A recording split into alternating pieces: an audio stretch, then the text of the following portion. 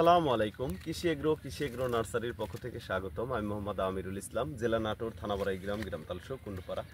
এগুলো মূলত বাড়ি টু জাতের লম্বা পটল। দেখেন কি পরিমাণ ধরে এই পটলগুলি। অন্যান্য জাতের সাথে এই পটল সর্বোচ্চ ধরন তো বেশি হয়। দেখেন পটল আর পটল পড়ে আছে থরে থরে।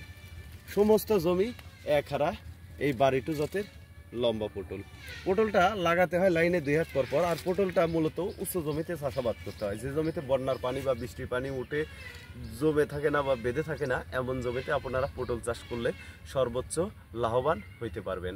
এমন জমিতে আপনারা পটল চাষাবাদ করবেন। দেখেন পটল কিভাবে ধরে আছে, থোকা থোকা পটল আর পটল।